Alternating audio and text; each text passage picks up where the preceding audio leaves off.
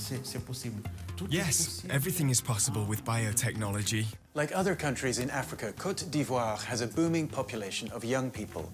They are going to need jobs and food in the years to come. But there's a problem. Many of them aren't interested in farming. That is something their parents did or their grandparents. 4 of our observers are trying to change that and make agriculture cool. I went to meet them. These young people are the future of Ivorian agriculture. Unable to find work in town, they're spending a year learning to farm. You need to hoe it well to get air into the soil. They come from a wide range of backgrounds. Some have university degrees, others can barely write.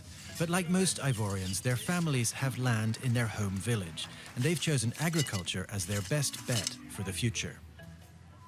Today, they're getting a lesson from Daniel Oulaï. The agricultural revolution is you, it's us, people like us who've had some education. Rather than the cash crops that have dominated Ivorian agriculture for decades, Daniel favors mixed agriculture, growing traditional food crops like rice and cassava alongside the cocoa and coffee that are destined for export. Agriculture in Africa has always relied on the use of natural seeds. Today we face new challenges. We need to produce more because 50 years from now we're going to have 10 billion mouths to feed. Daniel believes African farmers can boost the quantity and the quality of their crops by farming better, by farming smarter, using techniques that are innovative but still natural. Daniel has driven 8 hours from the west of Côte d'Ivoire to join us for a week of investigation. Salut Daniel. Hi Daniel. What did you present to the students?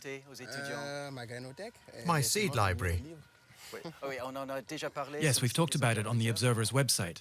Now let's go meet the others. They're waiting for us.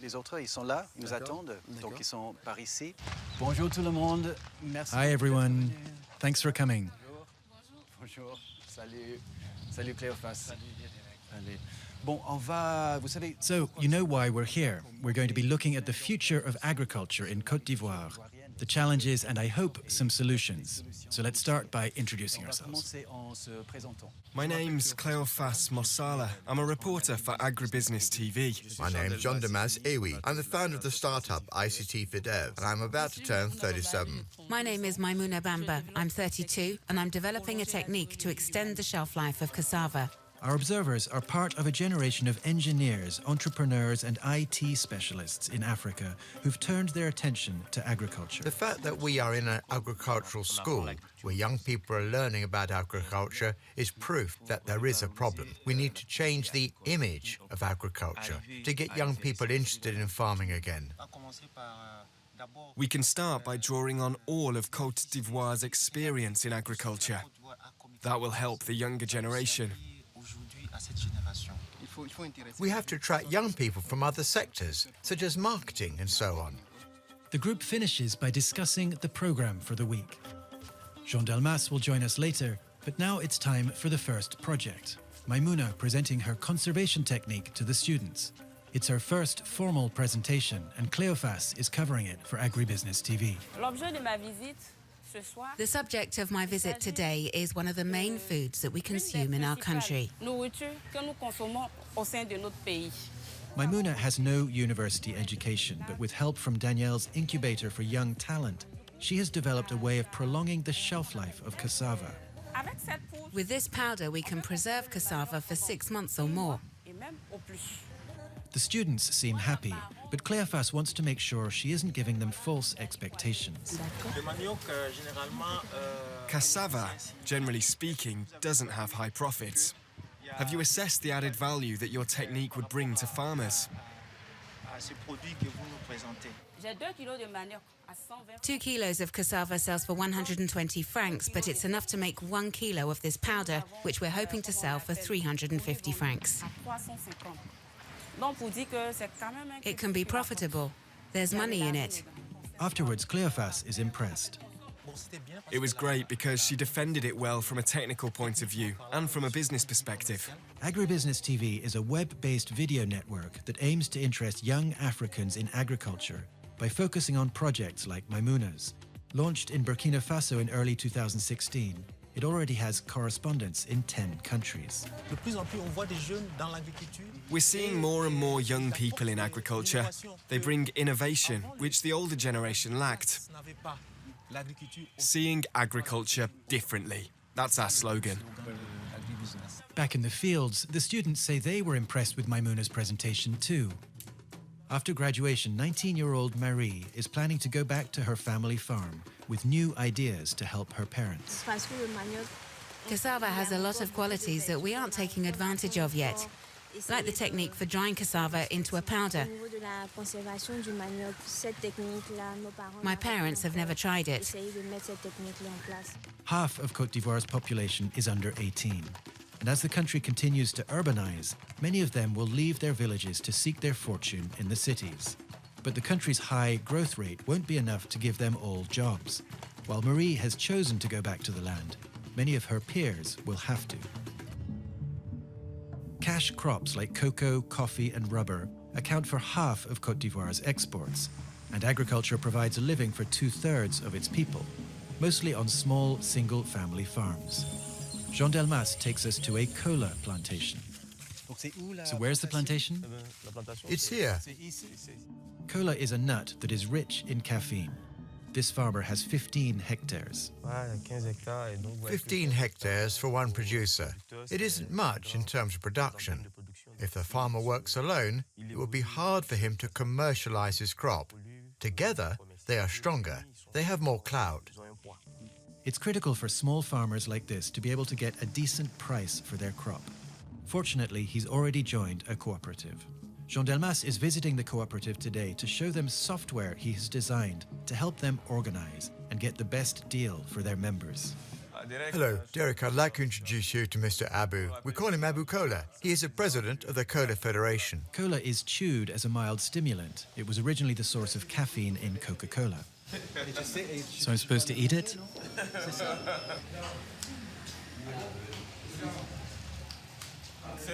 Is it dangerous? Jean-Delmas gets down to work. Our main project in the agricultural sector is L'Orbour. We can help you to boost production and sell more efficiently. His software allows cooperatives to communicate with their members via cell phone or computer, for instance, to share the latest market prices. It also gives cooperatives an edge in negotiating.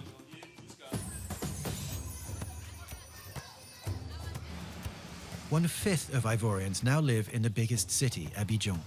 People here depend on rural areas for food, of course, and ties to the country remain close. Daniel has chosen the Treichville district as a location for one of his seed libraries. Julien Appia, one of our observers in Abidjan, is there to meet us. Daniel, as you know, Julien is one of our video observers. He's going to shoot a web video for your blog. For many of the kids who visit, it's the first time they get to see and touch the seeds that produce the food they eat every day. It is crucial to teach young people about seeds because they're more and more likely to become farmers when they grow up.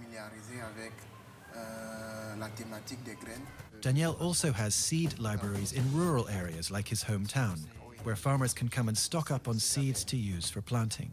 And an experimental farm, which he uses to encourage farmers to plant traditional food crops like melon and beans alongside the cocoa or maize they grow for cash, relying on the different plants' natural qualities to help nurture the others.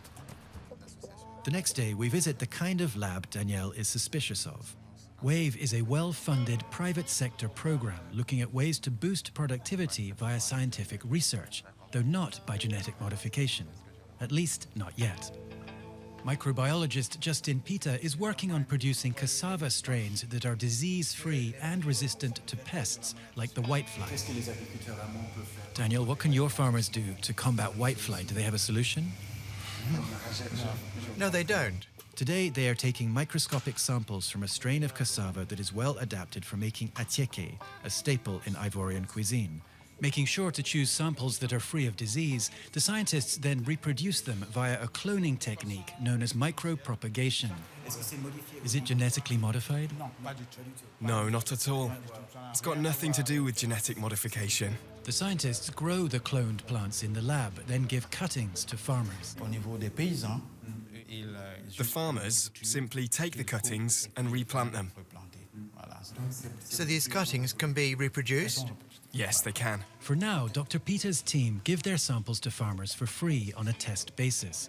But he acknowledges that at some point their techniques might be commercialized and farmers would have to pay. And with the government working on a law that could open the way for experiments on genetically modified crops, he says it's important to keep an open mind. For instance, if a new disease emerges in the future and the only solution is genetic. We need to be smart. I agree with you. I had similar ideas when I was your age. But with experience, I've learned that you must always have... What is it called? A plan B? Are you convinced? As long as it remains a plan B. As long as it remains a plan B. It's good for him, and it's good for us too.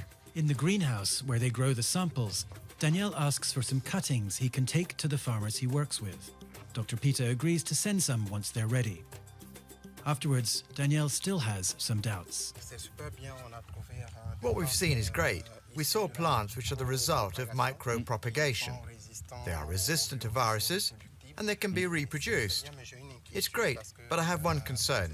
These plants will lose their qualities after a few seasons, so farmers will have to come back to the biologists to get new cuttings. Are there other solutions that are more natural? We could, for example, try mixed agriculture. It's a real shame that they are not exploring this avenue, which could, in my opinion, allow farmers to retain their independence. Maybe in the future. Maybe, perhaps it's part of Plan B.